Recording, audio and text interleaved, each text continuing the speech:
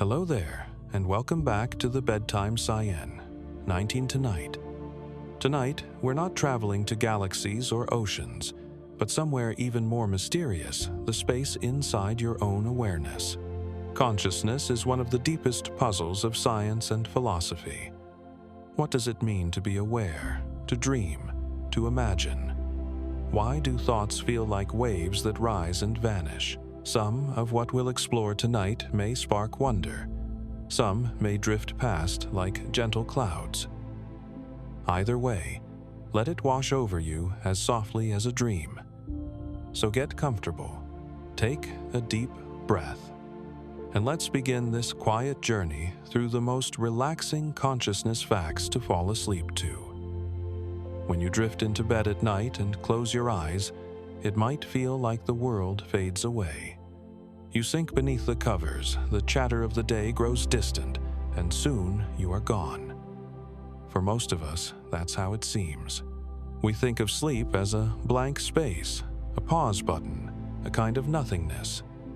But inside your head, something extraordinary is happening. The truth is, your brain never truly sleeps. Even in the deepest stages of rest, far beneath dreams and awareness, your brain is alive with activity. Electrical pulses ripple across its surface. Neurons fire in carefully choreographed waves, rising and falling like tides. These patterns are not random noise. They are your brain's nightly symphony, a rehearsal of memories, a cleaning of clutter, a weaving together of the day you just lived. Scientists once believed that sleep was passive, little more than the body shutting down for repair. But modern brain imaging paints a different picture. The sleeping brain is astonishingly dynamic. In some ways, it works harder at night than it does in the day. While you sleep, your brain replays fragments of conversations, sights, and feelings, strengthening some and discarding others. It is as if each night, the mind acts as both librarian and editor, filing away what matters and quietly shredding the rest. One of the most mysterious processes during sleep is memory consolidation. Experiments with both humans and animals show that the brain literally reactivates patterns of activity from waking life. If a rat runs a maze in the daytime, the same neural firing sequence plays again at night while it sleeps, as if the rat is running the maze all over again in miniature. In humans, musicians who practice a melody, or students who review notes before bed, show similar patterns. The sleeping brain rehearses, strengthens, and embeds learning into the architecture of memory. But that's not all. During sleep, the brain also cleans itself. In recent years, neuroscientists discovered the glymphatic system, a kind of nighttime sanitation network. Cerebrospinal fluid flows more freely through the brain when you're asleep, flushing out metabolic waste, including toxic proteins linked to Alzheimer's disease. Think of it as the brain's housekeeping shift. When the lights go out, the cleaners move in, washing away the debris of thought. And then, of course, there are dreams. The most surreal evidence that the brain never truly rests. In REM sleep, rapid eye movement sleep, your brain becomes almost as active as when you're awake. Your heart rate quickens, your breathing changes, and your mind begins to generate stories. Some dreams replay bits of reality, while others spiral into impossible landscapes where time bends and logic dissolves. Scientists debate why we dream. Some say it's emotional processing, others that it's creativity at play, or even a rehearsal for survival. Whatever the reason, your brain is clearly not silent. It is a restless storyteller, spinning narratives in the dark. Even outside of REM, there are quiet fireworks in the night. Slow wave sleep, the deepest stage, was once thought to be pure stillness. Yet electrodes reveal vast synchronized waves of activity sweeping across the cortex. These slow oscillations may act like a conductor, coordinating different regions of the brain, allowing memories from the hippocampus, your short-term memory hub, to migrate into long-term storage. In a way, Sleep is not the opposite of consciousness, but its partner. Wakefulness gathers, sleep integrates. Wakefulness fills the pages, sleep binds the book. And while your muscles may relax and your eyes close, the world inside your skull hums on, busy and alive, reshaping who you will be tomorrow. So when you imagine your brain switching off at night, remember, it never does. Even in its quietest hours, it is replaying, rehearsing, repairing. It dreams so you can remember. It cleans so you can wake refreshed. It fires, it pulses, it weaves. Your brain is a lantern that never truly goes out, glowing softly even in the deepest dark. We like to imagine consciousness as a steady flame, always burning, always there. From the moment we wake until the moment we sleep, awareness feels like an unbroken stream, a smooth river of thought and perception. But when scientists peer more closely into the rhythms of the brain, a surprising truth emerges. Consciousness is not continuous. It flickers. Brain scans show that awareness rises and falls in pulses, like a light bulb humming gently on and off, far too fast for us to notice. These flickers happen many times each second, in waves of electrical activity rippling through networks of neurons. To you, life feels seamless. But beneath the illusion, awareness may actually be built from countless tiny snapshots, stitched together by the brain into something that feels whole. This idea comes from the study of brain oscillations, rhythmic patterns of activity that sweep through the brain like tides. Different frequencies are linked to different states of mind. Alpha waves, around 10 pulses per second, are associated with calm wakefulness. Theta waves, slower and dreamier, rise in drowsiness and meditation. Gamma waves, faster and sharper, seem tied to moments of intense focus or insight. These rhythms don't just accompany consciousness, they may shape it. Consider vision. When you look at the world, it seems immediate, continuous, unbroken. But research suggests your brain samples visual information in bursts, a little like a camera taking frames. Between those bursts, awareness may dip slightly, leaving tiny gaps that are filled in so smoothly you never notice. Some experiments even suggest that reaction times and perception are subtly influenced by where you are in these hidden cycles. You respond faster when the pulse of consciousness is at its peak, slower when it ebbs. It's as if the mind breathes in and out, not only with the lungs, but with awareness itself. Each flicker may be a moment of presence, followed by a moment of quiet integration.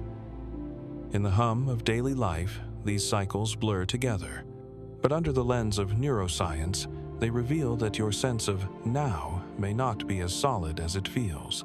This flickering model also raises profound questions. If consciousness pulses, what happens in the gaps?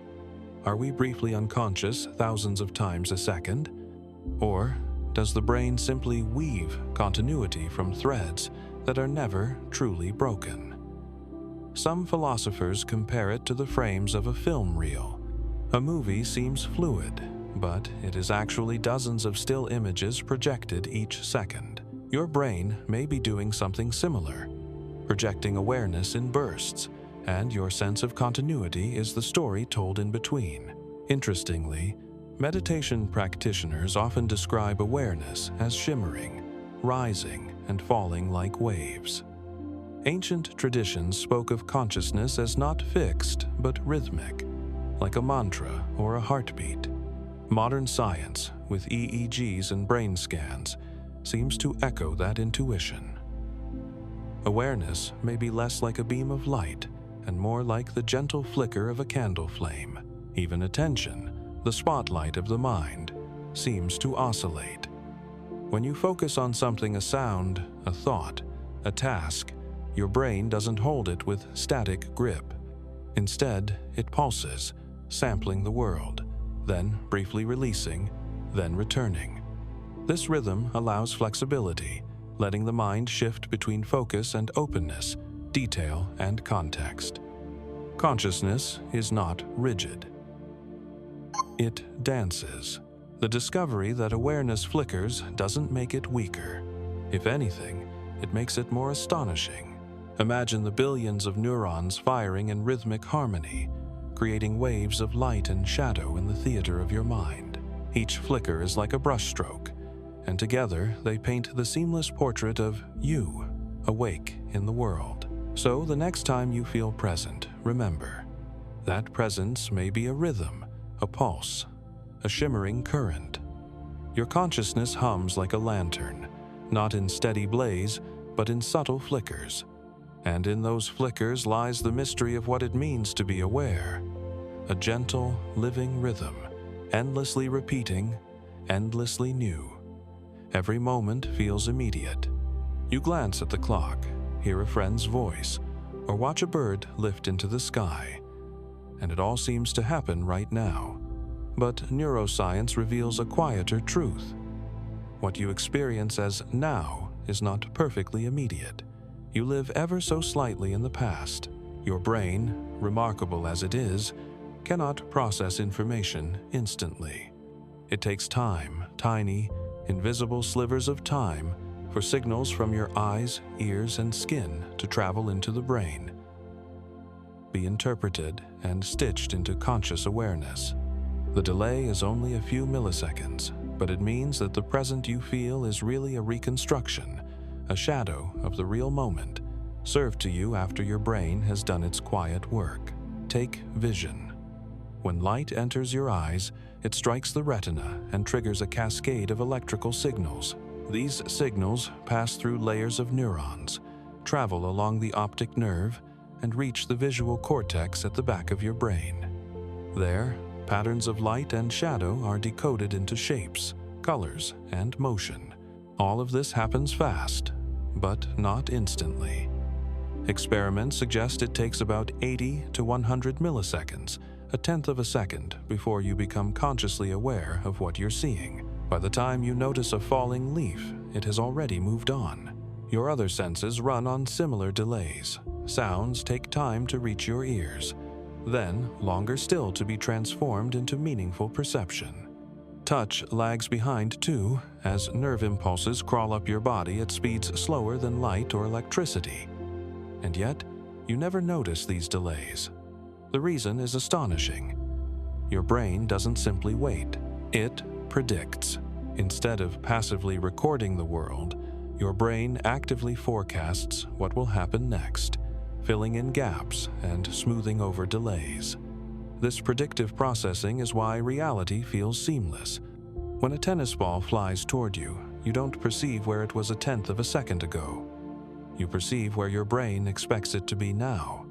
Most of the time, this works so perfectly that you never realize you're living just behind the beat of the world, with your mind playing conductor to an orchestra slightly out of sync. There are moments, however, when the lag becomes visible. Lightning and thunder are a familiar example. You see the flash almost instantly, but sound arrives later, exposing the brain's hidden timing. Or consider when you stub your toe. The visual shock of hitting something reaches awareness before the pain signal has time to travel up from your foot. For a brief moment, you see the impact before you truly feel it. These slips remind us of the quiet delays behind every sensation. Even stranger, neuroscientists suggest that the brain collects small windows of sensory input around 50 to 100 milliseconds and merges them into what feels like a single moment. This is sometimes called the specious present, the brain's definition of now. Your conscious moment is not a razor-thin instant, but a short interval of time, a living echo of what has just happened. Philosophers have wondered for centuries what now truly means, and science adds a poetic twist. The present you experience is a tapestry woven from the recent past. You never stand exactly at the crest of time's wave. You're always just behind it, carried on the foam of moments that have already passed. And yet, this delay is not a weakness. It is part of the magic. The brain's reconstruction allows stability, coherence, and meaning. Without it, the world would be chaotic flashes and fragments too quick to make sense of. By holding on to the immediate past and blending it with prediction, your brain gifts you the illusion of living in the present. So tonight, as you listen to these words, know that they are already gone by the time you hear them. You are living in echoes, drifting just a heartbeat behind reality. And in that tiny delay lies the mystery of time, perception, and the fragile miracle of consciousness itself. Every night, as your body sinks into rest and your eyelids grow heavy, another world quietly awakens inside your mind. It is a world without rules, where memories are rearranged, emotions are amplified, and logic bends into strange new shapes. This world is the world of dreams, and though they often feel random or bizarre, scientists now believe that dreams are not meaningless. They recycle the day. When you drift into sleep, your brain doesn't simply power down. It begins replaying fragments of what you experienced. A conversation with a friend, the sound of traffic outside your window, or even the color of a stranger's shirt might reappear in your dreams, transformed into something strange and symbolic. Sometimes the pieces are obvious. You dream about school after studying late into the night. Other times they appear disguised, like a hidden echo, a familiar face in an unfamiliar place. This recycling process is closely tied to memory consolidation. During sleep, especially in the deep stages of non-REM sleep, your brain replays patterns of neural activity from the day. If you practice the piano, those notes may echo silently across your neurons at night. If you walked through a new city, the layout of streets and buildings may be rehearsed again. Studies in both humans and animals show that the sleeping brain strengthens important memories, discards irrelevant ones, and weaves them into the fabric of long-term knowledge. But dreams are more than just memory storage. They are also emotional workshops. The amygdala, a region of the brain tied to fear and emotion, is highly active during REM sleep. This suggests that dreams give your mind a safe stage to rehearse difficult feelings. A stressful meeting in the daytime might transform into a dream about being chased. The literal details may vanish, but the emotional core remains. In this way, dreams allow you to process, rehearse, and sometimes soften the impact of life's sharper edges. There is also evidence that dreams help with problem-solving and creativity. Famous discoveries and works of art have reportedly emerged from dreams. Chemist Auguste Kekulé described dreaming of a snake biting its own tail, which helped him realize the ring structure of benzene. Paul McCartney claimed the melody for Yesterday came to him in a dream. In these moments, the brain takes fragments of waking life and recombines them in ways the rational mind might never attempt. It's as though dreams open the workshop doors to imagination itself. Why dreams are so surreal remains a mystery. Some scientists believe it's because the prefrontal cortex, the brain's center of logic and planning, is less active during REM sleep. Without it steering the narrative, the mind wanders freely, creating impossible landscapes where people fly, time loops, and the laws of physics dissolve. Yet, even in this chaos, there are threads of meaning. Your brain is weaving your experiences into a story, one that may feel strange but serves a deeper purpose. And then there's the curious fact that most dreams are forgotten. Within minutes of waking, their details evaporate like mist in sunlight. Scientists think this is partly protective. Your brain doesn't want to confuse dream events with real memories. Still, the emotional imprint can remain. You might wake with lingering fear, joy, or confusion, even if the dream itself has faded away. In the end, dreams are not random static, but part of a nightly cycle of repair. They recycle your day's experiences, organizing thoughts, rehearsing emotions, and sparking creativity. They remind us that sleep is not silence, but transformation, a time when your inner world reorganizes itself in secret. So the next time you awaken from a dream that feels strange or nonsensical, remember, It may be your brain's way of weaving yesterday into tomorrow, stitching fragments into patterns, and ensuring that you wake not just rested, but renewed. When you wake in the morning, it feels simple. You are you, the same person who fell asleep last night, the same person who remembers yesterday, the same voice inside your head that carries through every day. Your sense of self feels unbroken, like a thread stretched across time. But neuroscience reveals a quieter, stranger truth. That sense of self is not a fixed thing. It is a construction. Your brain is not one voice, but billions of neurons firing in countless networks.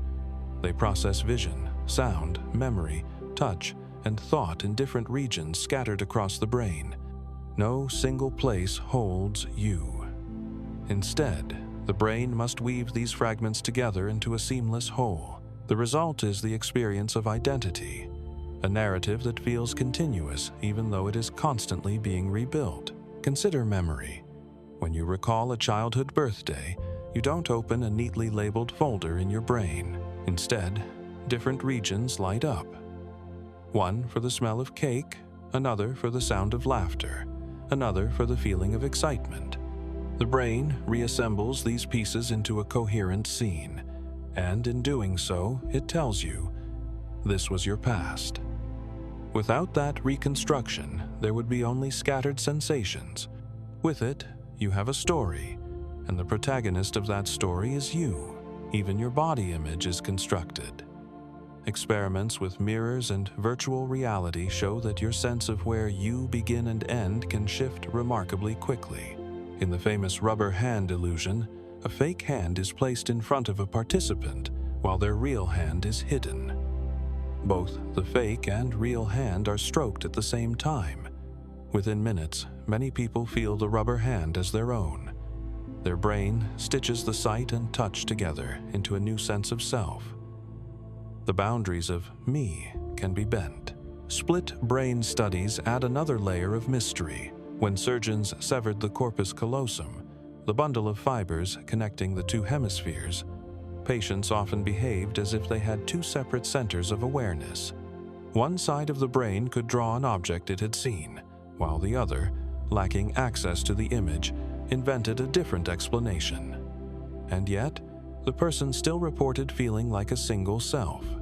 It is as if the brain, even divided, insists on stitching together a unified identity. The brain also edits constantly. Every moment, new sensations flood in sights, sounds, emotions. Many contradict each other, overlap, or arrive too quickly. To cope, the brain smooths them into a continuous narrative, much like a film projector turning still frames into motion. Philosophers call this the illusion of continuity. You feel like a solid self moving through time, but that solidity is a story told second by second. There are cracks where the illusion shows. In certain neurological conditions, people may lose their sense of ownership over a limb, feeling it belongs to someone else. Others may experience depersonalization, a haunting state where they feel detached from their body, as if watching themselves from afar. These rare conditions reveal how fragile the self can be, how dependent it is on the brain's ability to integrate signals into one experience. And yet, this fragility is also a kind of beauty. The self may be a construction, but it is a deeply creative one. It allows you to navigate the world as a single being rather than a chaos of fragments. It gives you memory, continuity, and meaning. Without it, life would be a collection of disconnected moments. With it, you are the author of your own unfolding story. So, when you feel that inner voice, steady and familiar, remember that it is not carved in stone. It is woven in real time, every second. From countless signals, your sense of self is less like a solid object and more like a song patterns held together by rhythm, fragile yet powerful, ephemeral yet unforgettable. A construction, yes, but one so seamless it feels like the most real thing of all. Close your eyes and picture an apple. Perhaps you see its red skin, imagine the shine of light on its surface, maybe even sense the crisp sound of a bite. That apple isn't really there, yet your mind can conjure it with startling clarity. Now, consider a dream, an entire world made of such images, sounds, and sensations, playing out while you sleep. And then think of a hallucination, when the brain produces sights or sounds that feel real, even while you're awake. What connects them all is the same profound truth.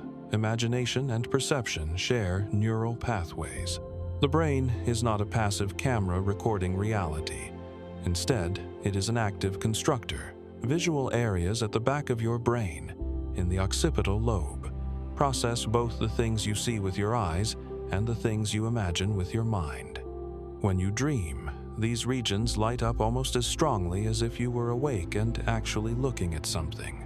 And in hallucinations, whether from illness, sensory deprivation, or certain chemicals, the same pathways are activated, generating experiences that are vivid and real to the person perceiving them.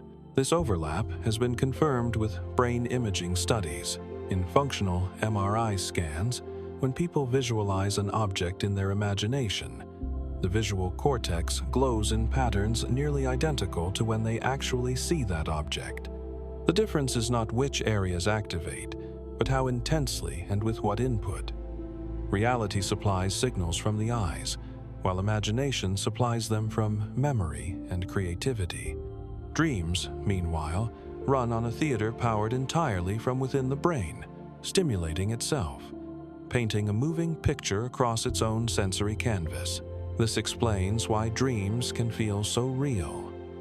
During REM sleep, when most vivid dreaming occurs, your brain is almost as active as it is in waking life. The circuits for vision, hearing, and movement all hum with activity. Your prefrontal cortex, the logical editor of your thoughts, quiets down, allowing bizarre scenes to unfold without contradiction. A classroom turns into a forest. A stranger becomes an old friend. Time stretches and collapses. To the dreaming brain, these shifts feel no less convincing than waking life, because the same neural systems are engaged. Hallucinations reveal the same principle, though in a more unsettling way. People experiencing schizophrenia, Parkinson's disease, or even severe stress sometimes see or hear things that aren't there.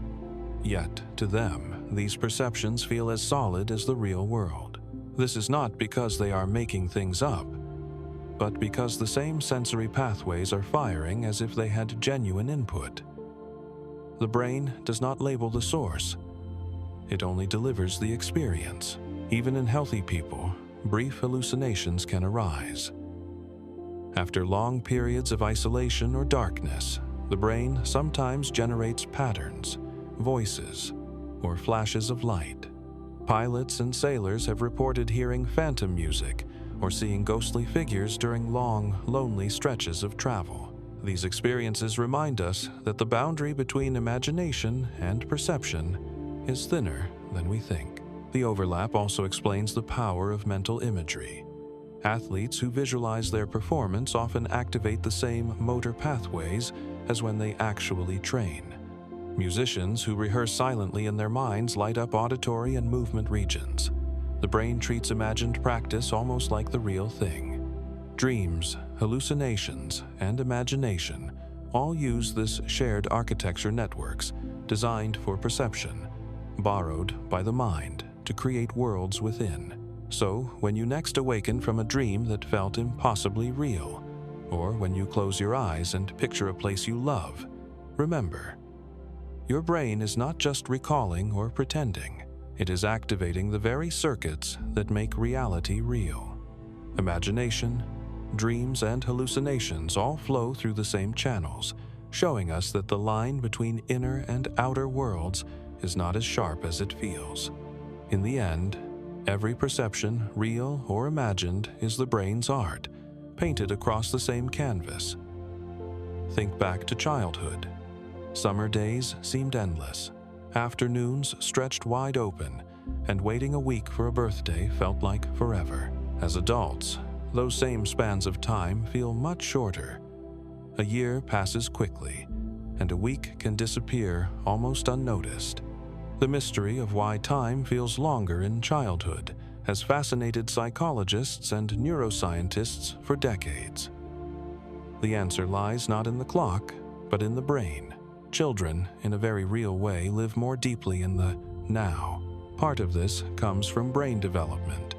A child's brain processes information at a different pace than an adult's. Neural networks are still wiring themselves, still forming pathways, and this creates a heightened sensitivity to new experiences. For a child, nearly everything is novel. The taste of a new food, the sight of a strange animal, the feel of a rainy day. Novelty demands attention, and attention slows time. When the mind is fully absorbed in the present, each moment is stretched, filled with detail. For adults, much of life is familiar. Commuting to work, cooking dinner, or scrolling through messages often blurs into routine. The brain, efficient by design, doesn't record every detail. Instead, it compresses familiar moments into shorter memory traces. Days feel faster, not because the clock moves differently, but because the brain takes fewer snapshots. Childhood, full of firsts, generates a rich tapestry of memory, while adulthood, filled with repetition, creates a thinner weave. Another factor is the perception of proportion. For a 5-year-old, a single year is 20% of their entire life, an immense span. For a 50-year-old, that same year is only 2%. The same number of days holds very different weight depending on how many have already passed. To a child, a week of waiting for a holiday is monumental. To an adult, it is a blink. Children also experience time differently because of their brain's chemistry.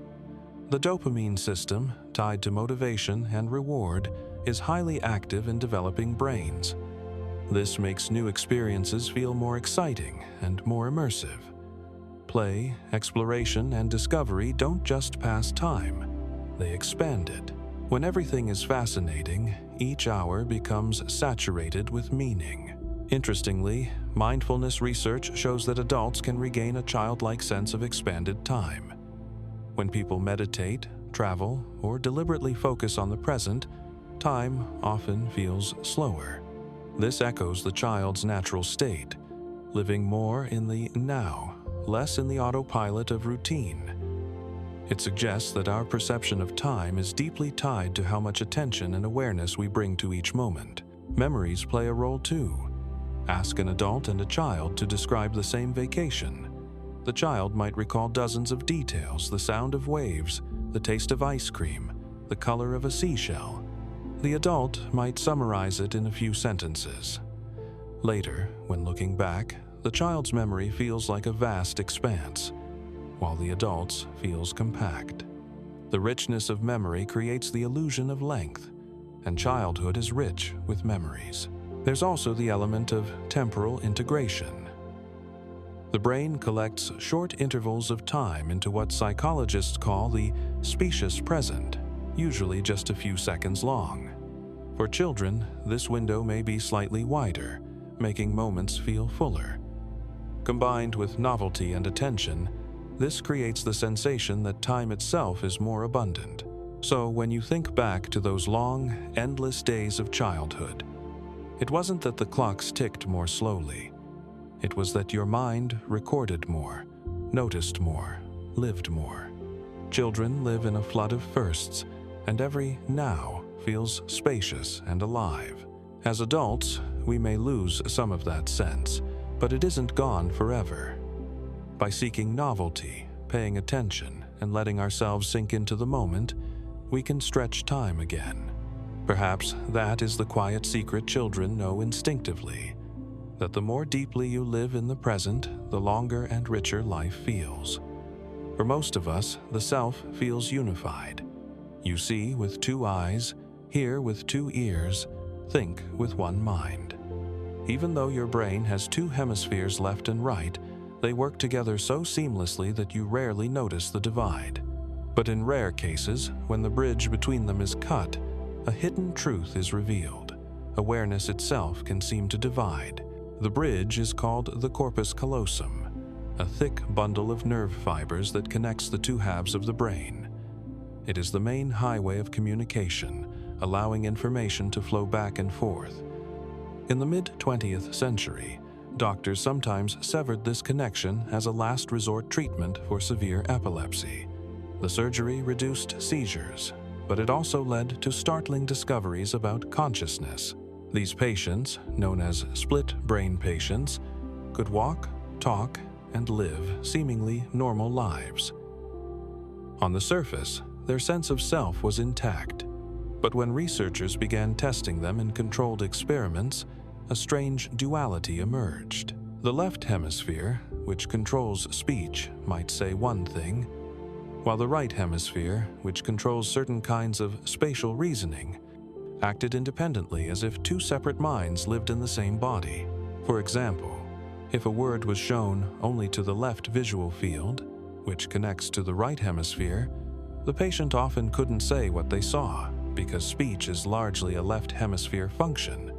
Yet their left hand, controlled by the right hemisphere, might draw the object correctly. It was as though one half of the brain knew something the other half couldn't express. Other tests revealed even stranger effects. A patient might be asked to choose clothing. One hand reached for a different shirt than the other. Sometimes the two hands even fought, one buttoning a shirt while the other tried to unbutton it. These small but striking conflicts suggested that each hemisphere could hold its own preferences, its own awareness, even its own will. This raises profound questions. If the brain can be divided into two streams of awareness, what does that mean for the self? Are we truly one person, or are we always two minds working in harmony? Some scientists suggest that the unified sense of I may be a kind of illusion created by constant communication between hemispheres. When that communication is cut, the illusion cracks, and the hidden duality becomes visible. Yet, even in split brain patients, the sense of unity often returns in daily life. They don't feel like two people walking around inside one body. They feel whole. This suggests that the brain is remarkably good at smoothing contradictions, weaving separate processes into a single narrative.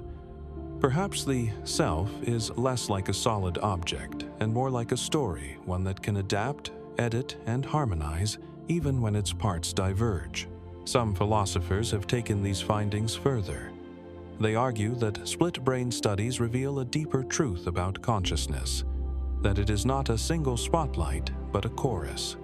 At any given moment, different brain regions contribute voices, sensations, memories, emotions, choices.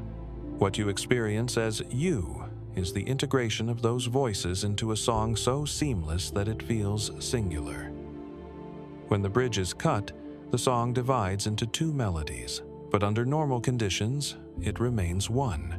For the rest of us, split brain patients offer a rare glimpse into the hidden architecture of the mind. They remind us that unity is not inevitable, it is constructed. Your sense of being one person is a marvel of coordination, a fragile but powerful weaving of countless signals. So, the next time you feel whole and indivisible, remember that your unity depends on a bridge of billions of fibers connecting two great hemispheres.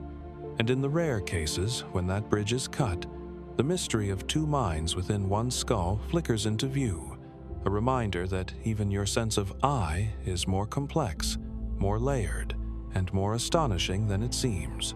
When you look at the world, it feels immediate and complete. You open your eyes, and the scene is simply there. Colors, shapes, people, movement, all arriving as one seamless picture. It seems impossible that you could miss something obvious, especially if you were staring right at it. And yet, psychology has revealed a hidden truth. Your mind edits reality. The phenomenon is known as change blindness. It happens when a major detail in your visual field changes, and you simply don't notice. A door closes and a person is swapped for someone else. A building disappears in a film shot. A shirt shifts color. Often, observers are utterly convinced they would have seen it until they realize they didn't. Experiments make this startlingly clear. In one classic study, a researcher approached pedestrians to ask for directions. While the person explained, two men carrying a door walked between them. Behind the door, the researcher was replaced by another person of a different height and appearance. Astonishingly, many participants continued the conversation without noticing the switch. They looked directly at the stranger and believed it was the same individual.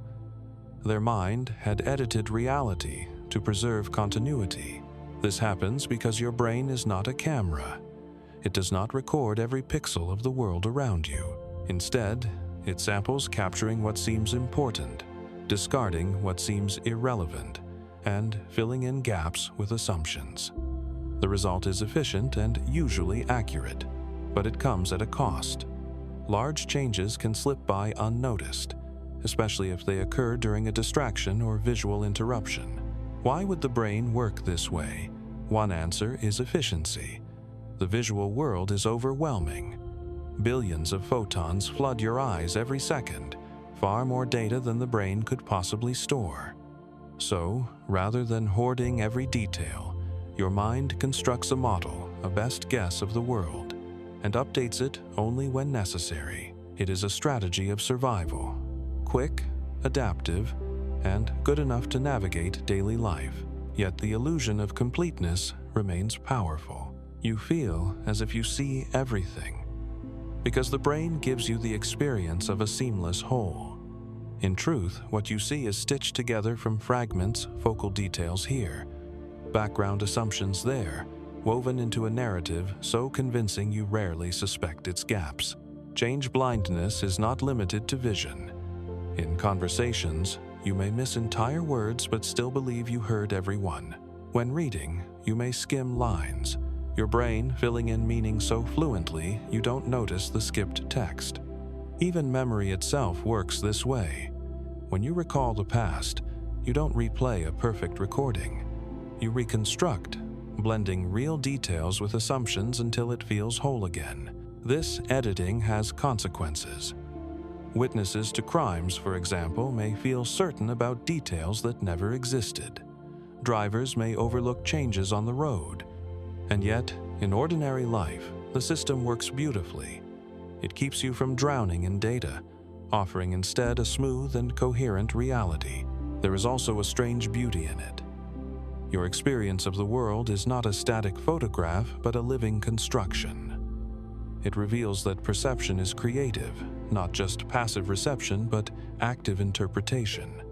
The mind doesn't merely show you the world, it tells you a story about it, trimming, shaping, and filling the spaces between moments. So, the next time you're certain you saw everything in a scene, pause and wonder. Perhaps a detail slipped away, replaced by the mind's quiet edits. Perhaps your sense of completeness was a kind illusion. Reality, as you experience it, is not raw truth, but a work of art, carefully crafted inside your brain. And in that artful construction lies the mystery of consciousness itself, a reminder that what feels solid and immediate is, at its core, a story being written in real time. When you open your eyes, it feels as though you are simply taking in the world a stream of colors, sounds, and sensations flowing into your mind. It seems passive, as if your senses act like windows, and you sit quietly behind them, watching reality arrive. But neuroscience has uncovered a more surprising truth. Your brain is not just recording the present, it is constantly predicting the future. Perception, it turns out, is not raw sensing, it is a forecast. Every moment, the brain takes incomplete information from the senses and uses it to guess what will happen next. This quiet prediction shapes what you see, hear, and feel, often before the actual input arrives. By the time you notice something, your brain has already run ahead, writing a draft of reality. You can see this in action when watching someone speak. Speech happens too quickly for your brain to process sound alone, so it leans on prediction. filling in what word is likely to come next. That's why you can understand a friend even in a noisy room, or why a familiar song feels effortless to follow. Your brain is already anticipating each note. Vision works the same way. Light takes time to reach your eyes, and signals take time to reach your brain. If perception were purely reactive, you would always lag behind reality. Instead, your brain compensates by predicting where objects will be in the next instant. This is why you can catch a ball flying through the air. You don't just see where it is, you predict where it will be, and your body moves accordingly. The most striking evidence of this predictive power comes from illusions. In the flash lag effect, for instance, a moving object is perceived ahead of a stationary flash that occurs at the same time. Why? Because the brain is predicting the object's future position, and your perception shifts forward to match the forecast. In other words, you don't see reality as it is, but as your brain expects it to be. Prediction is also tied to survival. In ancient environments, reacting a fraction of a second too late could mean the difference between life and death. A rustle in the grass had to be interpreted instantly. Predator or wind? The brain evolved to fill gaps with fast guesses, relying on patterns from past experience. Even now, when driving a car or crossing a street, your safety depends on the brain's ability to anticipate what comes next. Modern neuroscience describes this as the predictive coding model. According to this idea, the brain is a prediction machine. It constantly generates models of the world, compares them to incoming sensory data, and updates them when they're wrong. When reality matches the forecast, perception feels smooth and effortless. When reality surprises you, you experience confusion, surprise, or wonder. Dreams may even be part of this same system. Some researchers think that dreaming allows the brain to rehearse predictions in safe, simulated environments. By blending memory, imagination, and expectation, the mind practices for the unexpected, testing its models of the world against impossible scenarios. And yet, prediction has its quirks. Sometimes it leads you astray. You may hear your phone buzz when it hasn't, or see movement in the corner of your eye where nothing exists. These are moments when the brain's forecast overpowers raw data, giving you a reality that feels true but isn't. Most of the time, though, prediction is what makes perception feel seamless. It's what allows you to live in a world that flows instead of one full of gaps and delays. So the next time you catch yourself reacting, instantly dodging a falling cup, finishing a friend's sentence, or stepping aside before someone bumps into you, remember, you are not just perceiving, you are forecasting. Your brain is forever leaning into the future, painting reality a few milliseconds ahead of time. You don't just live in the present. You live in a moving prediction, one that keeps you tethered to the world before it even arrives. At any given moment, you may be speaking not aloud, but in your head. A running commentary of thoughts, plans, reminders, or self-reflections hums quietly in the background. This inner voice feels so natural, so obvious, that we rarely stop to wonder what it really island. But neuroscience offers a curious perspective. When you hear yourself think, your brain treats it much like an actual sound. In a way, inner speech is a kind of hallucination. When you talk to yourself silently, regions of the brain that normally process external voices become active. The auditory cortex, which usually handles the sounds of words entering your ears, responds to imagined speech as if you were truly hearing it. The motor areas that plan speech movements also fire, though faintly, preparing for words that never leave your lips. Together, these activations create the vivid impression of an inner voice. You don't just think words abstractly, you hear them. This overlap between real and imagined speech has led scientists to describe inner speech as a self-generated hallucination. It is not an illness or dysfunction, it is a normal feature of consciousness. Your brain produces a voice, assigns it to yourself, and plays it internally like a private radio broadcast. In fact, the mechanisms that distinguish my thoughts from someone else's voice are so delicate that when they break down, as in certain psychiatric conditions, people may experience auditory hallucinations. They may hear thoughts but misattribute them to outside sources. The roots of inner speech begin in childhood. Developmental psychologists have observed that young children often talk aloud to themselves while playing or solving problems. Over time, this self-talk becomes internalized, moving from lips to mind. What begins as whispered guidance becomes a silent voice that accompanies us through life. It is a tool for self-regulation, planning, and reflection. When you rehearse a conversation, recite a shopping list, or scold yourself for forgetting your keys, you are engaging in this internal dialogue. Inner speech also plays a role in memory. Many people rely on verbal rehearsal, repeating words or numbers in their head to hold information temporarily. Psychologists call this the phonological loop, a part of working memory that keeps fragments of language alive for a few seconds at a time. Without inner speech, tasks like remembering a phone number long enough to dial it would be far more difficult. Interestingly, inner voices vary from person to person. Some people hear a constant, almost audible commentary. Others experience more fleeting or fragmented thoughts. Some report hearing multiple tones or even imagined accents.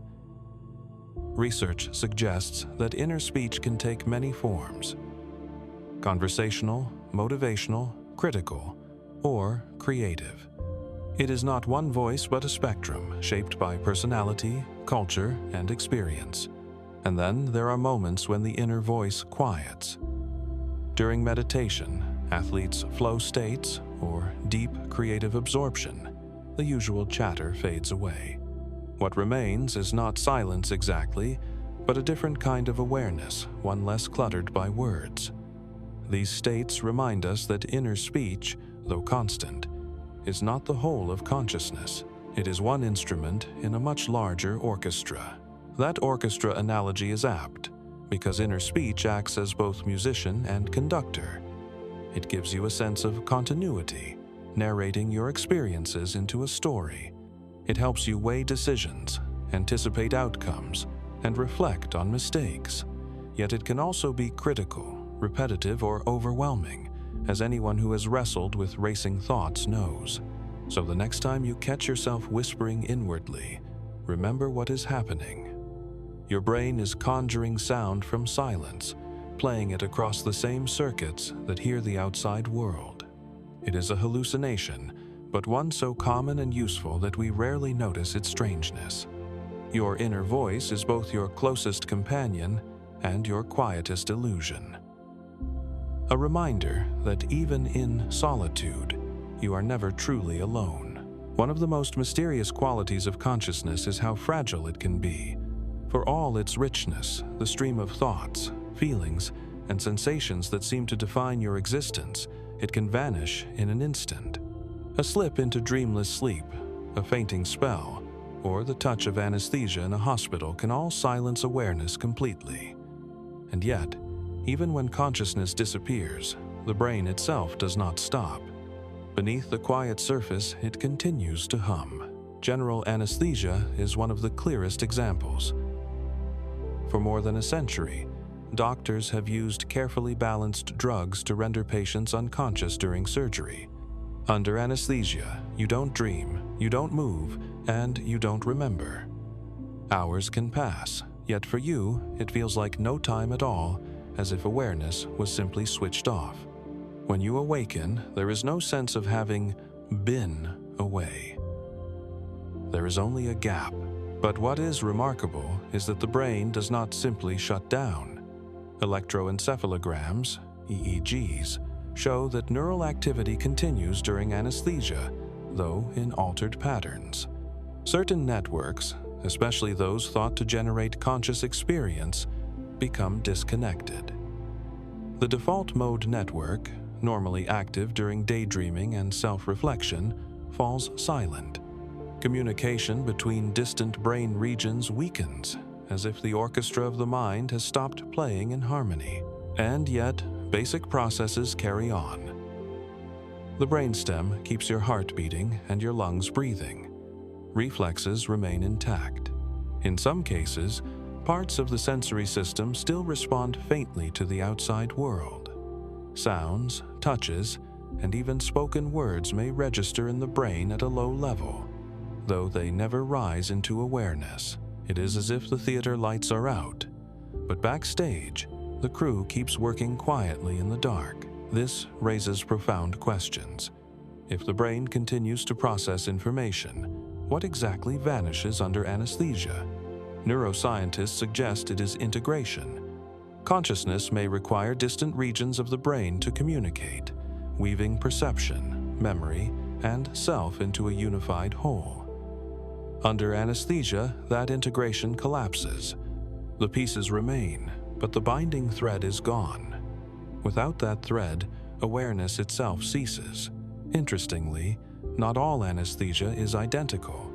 Some drugs suppress brain activity globally, while others disrupt specific circuits.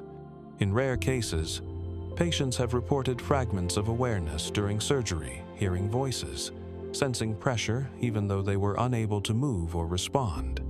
These haunting experiences reveal just how delicate the boundary is between being present and being absent. Anesthesia also hints at the broader mystery of consciousness. Every night, in deep, dreamless sleep, awareness fades in a similar way. You awaken hours later with no memory of where you've been, as if your sense of self dissolved into nothing. Fainting, head trauma, and even certain seizures can all cause similar disappearances. Consciousness, which feels so essential and enduring, is in fact remarkably unstable. And yet, its return is equally mysterious. When the anesthesiologist turns down the gas, or when morning light touches your eyelids, awareness flows back. The orchestra of the brain begins to play in harmony again. You open your eyes, and the world is simply there, as if nothing had been missing. For philosophers and scientists, this raises one of the deepest puzzles. How can a few changes in neural chemistry erase the entire universe of experience? And what does it mean that the brain can process, respond, and keep you alive, even when you are nowhere to be found?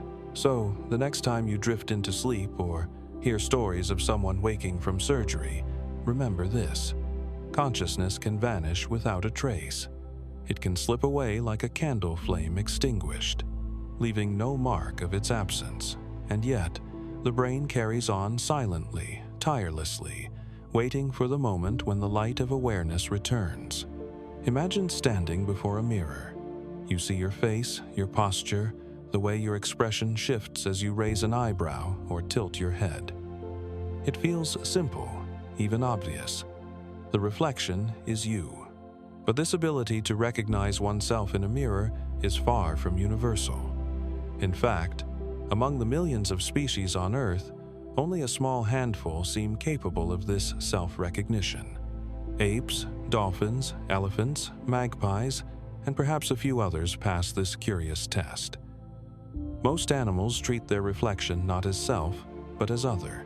The mirror test, devised in the 1970s by psychologist Gordon Gallup Jr., is deceptively simple. A mark of paint or dye is placed on an animal in a spot it cannot normally see, perhaps on its forehead. Then, a mirror is introduced. If the animal notices the mark in the reflection and touches or investigates its own body rather than the mirror, this is taken as evidence of self-recognition. The creature understands, "That is me." Chimpanzees were the first non-human animals to pass. They not only touched the marks, but sometimes examined parts of their bodies, like teeth or ears, using the mirror as a tool. Over time, other great apes, including orangutans and bonobos, also demonstrated this awareness. The conclusion was startling. Self-recognition, once thought to be uniquely human, extended into the animal kingdom. Later, studies revealed even more surprises. Bottlenose dolphins, playful and highly social, approached mirrors with curiosity. They twisted, turned, and blew bubbles, watching their reflections respond. When marked with ink, they oriented their bodies to inspect the spot, suggesting they, too, knew the image was their own. Elephants, despite their massive size, showed similar behaviors. They touched marks on their heads and trunks, and some even used mirrors to explore hidden parts of their bodies. Even certain birds, such as magpies, passed the test, an extraordinary finding, since their brains differ so dramatically from those of mammals. Still, the majority of animals do not pass. Dogs and cats, for example, often react to their reflection as if it were another animal, eventually losing interest when the image does not behave independently. This doesn't mean they lack intelligence. Instead, it suggests that self-awareness may take different forms. Dogs may recognize themselves more through smell than sight, with scent acting as their mirror.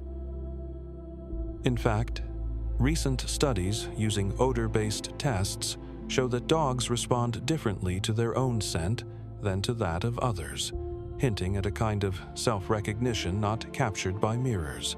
The rarity of mirror self-recognition raises profound questions about consciousness. Does recognizing yourself in a reflection mean you possess a sense of self? Or is it simply one expression of a deeper awareness that can take many forms? Some scientists caution against treating the mirror test as the ultimate measure. Selfhood may be broader, more flexible, and more diverse across species than a single experiment can capture. For humans, the mirror has long been symbolic. Ancient myths describe people enchanted by their own reflections, from Narcissus gazing at a pool to fairy tales of enchanted mirrors that reveal hidden truths. To recognize oneself is not just to see a body, it is to sense continuity, to know I am here, and that is me. For the few animals that share this capacity, the mirror becomes more than a surface. It becomes a window inward. To see oneself reflected is to take the first step toward self-awareness, a quiet acknowledgement of existence. So the next time you glance into a mirror and take that recognition for granted, pause for a moment. You are participating in a rare and remarkable phenomenon. Most of the living world does not look into a reflection and think, that is me. But you do. And in that simple act lies one of the quiet miracles of consciousness, the ability not just to see the world, but to see yourself within it. Close your eyes. Breathe in slowly. Breathe out gently. In this simple act, you are touching something profound, the ability to shape awareness itself. Meditation, a practice thousands of years old, shows us that consciousness is not fixed. With training, the patterns of the mind can shift, brain waves can change, and awareness itself can be reshaped. Modern neuroscience confirms what ancient traditions long suspected. Meditation has measurable effects on the brain. When people meditate regularly, activity in the default mode network, the part of the brain tied to wandering thoughts and inner chatter, begins to quiet.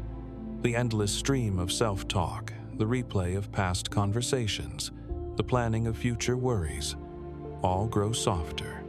In its place, new rhythms emerge, waves of calm attention, deeper focus, and present moment awareness. Brain scans reveal striking differences. Long-term meditators show more synchronized alpha and theta waves, slow, steady rhythms linked to relaxation and creativity. Some even generate bursts of gamma waves, associated with heightened clarity and insight. These shifts are not temporary. With practice, the very structure of the brain can change. Studies have found thicker gray matter in regions linked to memory, learning, and emotional regulation in people who meditate consistently. It is as if meditation sculpts the brain, reshaping awareness at its foundations. But the effects go beyond brain scans. Meditation alters how time feels. Many practitioners describe moments of timelessness, where the usual sense of minutes and hours dissolves into something spacious and still. Neuroscientists suggest this may come from meditation's ability to dampen activity in regions that track the passage of time. By reducing the mind's constant measuring and comparing, meditation allows awareness to sink more fully into the present. There are also emotional effects. Regular meditation has been shown to reduce stress, lower levels of cortisol, and increase resilience. It strengthens the brain's connection between the prefrontal cortex, the seat of rational thought, and the amygdala, which governs fear and reactivity. This connection gives meditators greater ability to pause, reflect, and choose how to respond, rather than being swept away by emotion. Over time, awareness becomes less reactive, more stable, and more compassionate. One of the most fascinating findings is that meditation changes the way people experience the self. In certain deep practices, the boundaries of I begin to dissolve. The inner voice grows faint. Awareness expands beyond the usual center of self-reference. Neuroscientists studying these states note that activity in self-focused brain regions decreases, while regions associated with empathy and sensory awareness become more active. The result is often described as a sense of unity, not losing the self, but transcending it. Importantly, meditation is not about forcing the mind into silence. Thoughts still arise, memories still flicker, but the relationship to them changes. Instead of being pulled into every thought, meditators learn to watch them pass, like clouds drifting across the sky. This shift in perspective is the essence of awareness training, the recognition that you are not every thought you think. You are the space in which they appear. For beginners, even a few minutes of focused breathing can reveal this shift. For long-term practitioners, the effects can reshape daily life. Moments of stress become more manageable, joy feels more vivid, and the present moment shines with greater clarity. Awareness is no longer scattered and restless, but steady and attentive. So, the next time you pause to breathe, remember, you are not only calming the body, you are tuning the rhythms of your brain, sculpting awareness in real time. Meditation reminds us that consciousness is not a fixed spotlight, but a malleable field. With practice, the chatter fades, the present deepens, and awareness itself reshapes, showing us that even the mind's most basic patterns can be softened, refined, and transformed into something spacious and free. Think of the last time someone tickled you. Perhaps fingers danced across your ribs, or light touches traced your feet, and you burst into uncontrollable laughter. Tickling is one of the strangest sensations, equal parts joy, discomfort, and helplessness. Yet here's an odd truth. You cannot tickle yourself. No matter how hard you try, the effect vanishes. The reason lies deep in how the brain predicts your own movements. Tickling works because it is unexpected. The sensation comes from light, unpredictable touches that your brain struggles to anticipate. When another person's fingers move across your skin, your sensory system fires intensely, alerting you to the intrusion. The unpredictability sparks a cascade of signals through your somatosensory cortex and cerebellum, amplifying the sensation until it feels unbearable. But when you try to tickle yourself, something different happens. The brain predicts the exact consequences of your movements. Signals from your motor system, the parts of the brain that plan and execute motion, are sent not only to your muscles, but also to your sensory regions. This forward model lets your brain know what sensations to expect. The touch of your own fingers is forecast before it happens, and the brain cancels the surprise. As a result, the tickle effect fades. This predictive mechanism is part of why you can move so smoothly through the world. Imagine trying to walk without it. Every step would feel surprising, every gesture would feel alien. Instead, your brain constantly simulates what your actions will feel like, allowing you to distinguish between what comes from you and what comes from the outside. This ability is essential for survival. It tells you whether the touch on your arm is your own scratch or a spider crawling across your skin. Neuroscientists have studied this using robots designed to deliver tickling sensations with a delay. When participants controlled the robot hand and touched themselves in real time, they felt little or no tickle. But when the robot introduced even a fraction of a second's delay, the tickle sensation returned. The prediction had broken down, and the brain could no longer cancel the surprise. This reveals a deeper truth. Your experience of touch is not just about what happens to your body, but what your brain expects. When reality matches prediction, sensations are muted. When reality deviates, sensations are amplified. Tickling is simply one vivid example of this constant dance between expectation and surprise. Interestingly, this mechanism may also help explain certain psychiatric conditions. In disorders like schizophrenia, the brain's ability to distinguish between self-generated and external sensations can be disrupted. Thoughts may be experienced as voices from outside. Actions may feel controlled by someone else. The same predictive system that normally cancels self-tickles may, when impaired, blur the boundary between self and other. For most of us, though, this system works flawlessly. It shields us from constant overstimulation, softening the sensations we cause ourselves, and reserving full intensity for the unpredictable. That is why brushing your own arm feels ordinary, but another person's light touch can make you jump. There's also an evolutionary angle. Ticklish areas tend to be vulnerable spots. The neck, ribs, stomach, feet. Being sensitive there may have helped our ancestors protect themselves from threats like insects or predators. Laughter, in turn, may have served as a social signal, a way of showing others that a playful touch was not a threat, but a form of bonding. So, the next time you laugh uncontrollably while someone tickles you, remember the hidden sophistication at work. Your brain is not just reacting. It is predicting, canceling, and amplifying sensations in a constant balancing act. And when you try to tickle yourself and fail, you are encountering the quiet brilliance of your own nervous system, a reminder that even laughter at a playful touch is deeply entwined with the mysteries of consciousness and the brain's uncanny ability to forecast the future. Most of the time, when you dream, you are swept along like a passenger on a train you did not board. Strange landscapes unfold, people appear and vanish, and events tumble into one another without your choice. But sometimes, something remarkable happens.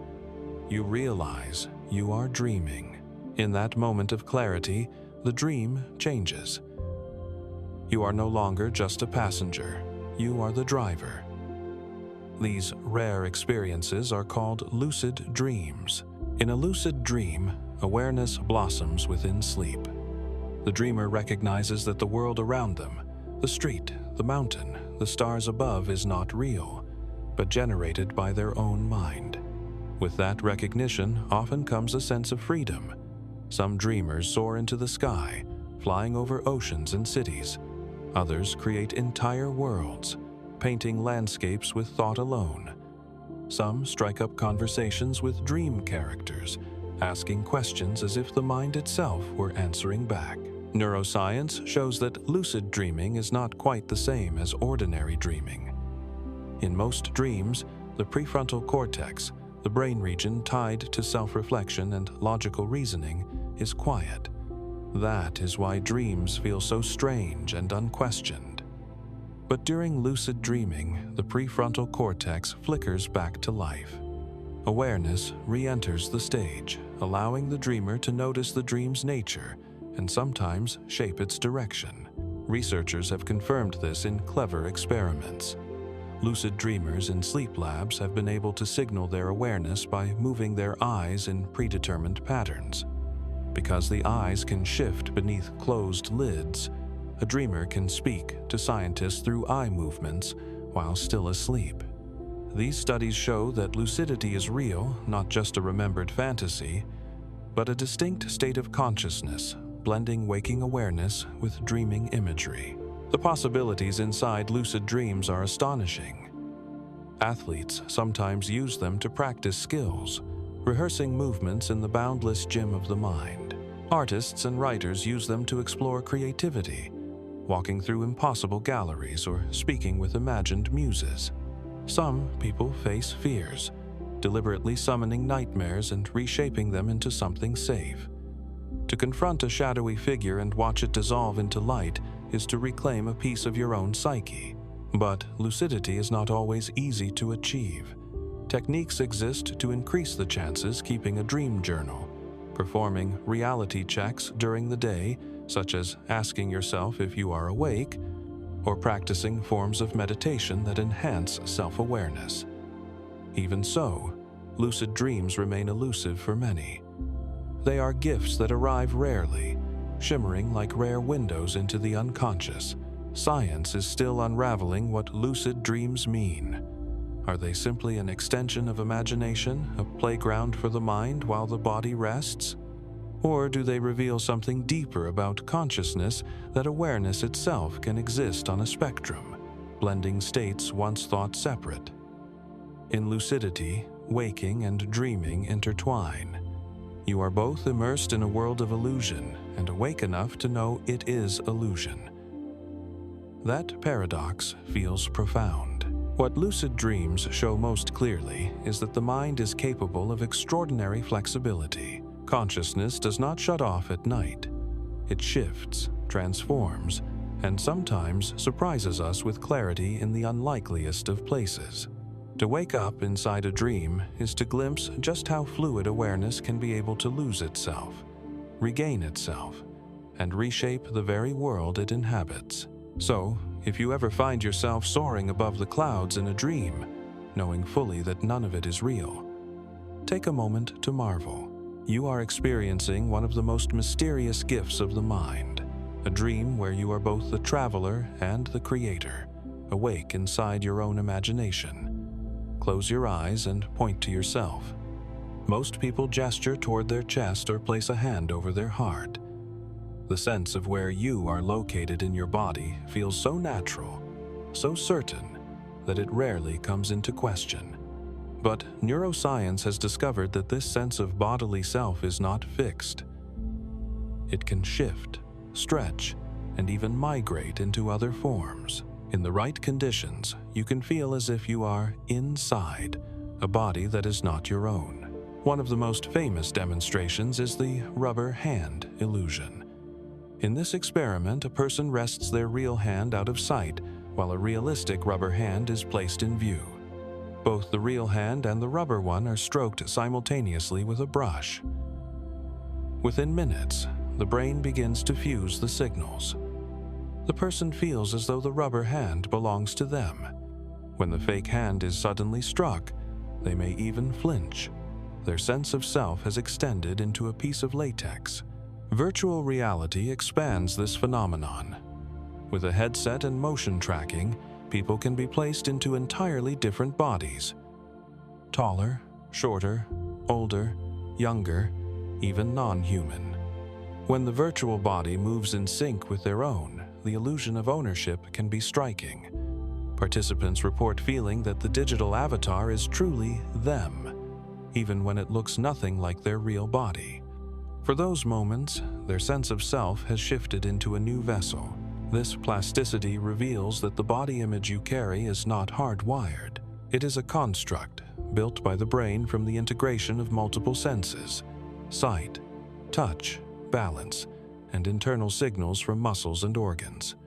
When these inputs line up, the brain produces a coherent sense of ownership.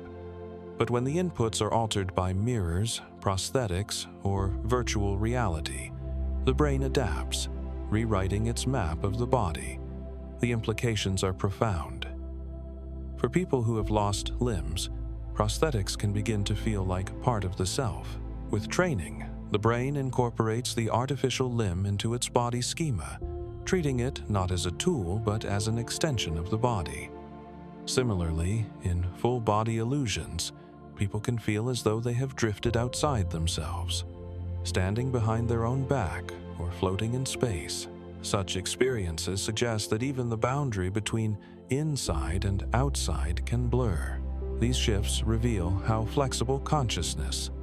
Island, we assume the self is anchored firmly in the body, but in truth, the anchor can move. Your sense of being here is a construction, updated moment by moment. It depends on signals the brain trusts, and when those signals are manipulated, the sense of self follows. Philosophers have long asked whether the self is tied to the body or something beyond it. These experiments show at least part of the answer.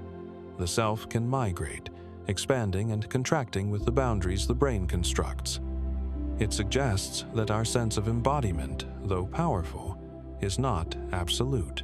For most of us, this fluidity remains hidden. We walk, reach, and touch without questioning that the body we inhabit is our own. But in the laboratory, with rubber hands, VR avatars, or synchronized touches, the illusion can be broken or remade. And in those moments, the self proves to be more flexible than we ever imagined. So, the next time you look down at your hands and feel they are yours, pause for a moment. That certainty is a construction, stitched together by vision, touch, and expectation. Under the right conditions, it could shift. You could feel yourself inhabiting another form, another space, another body. And in that strange migration lies a profound truth. The self is not as solid as it seems. It is a traveler, moving wherever the brain decides you should be.